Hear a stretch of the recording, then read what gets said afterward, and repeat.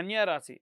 కన్యా రాశి అనగానే చాలామంది ఒక స్త్రీ స్వరూపం ఉంటదండి. అదేంటి ప్రతి ఒక్క రాశికి గూడా వేరు వేరు సింబల్స్ ఉంటాయి. కన్యా రాశి అనేది ఎందుకు స్త్రీ సింబల్ అనేది చూపిస్తూ ఉంటారు అని అంటూ ఉంటారు.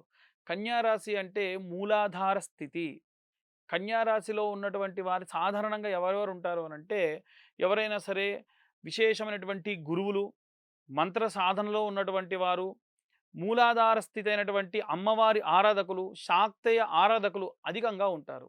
కాబట్టి కన్యా రాశి అనగానే అంత ఏదో ఆ సింబల్‌ని చూసి వేరే అనుకోవద్దండి. ఈ ప్రపంచం మొత్తాన్ని గూడా సృష్టించింది స్త్రీ రూపమే.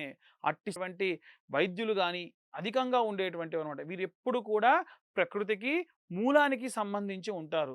కాబట్టి అనవసరంగా మాకు ఈ రాశిది ఇలా ఉంది ఏంటని అనుకునే ప్రసక్తే లేదు. ఈ యొక్క రుచక యోగం అనేటువంటిది కన్యా రాశి వారికి లాభించి యోగ్యంగా ఉండేటువంటి పరిస్థితుల్లోనే ఉంది.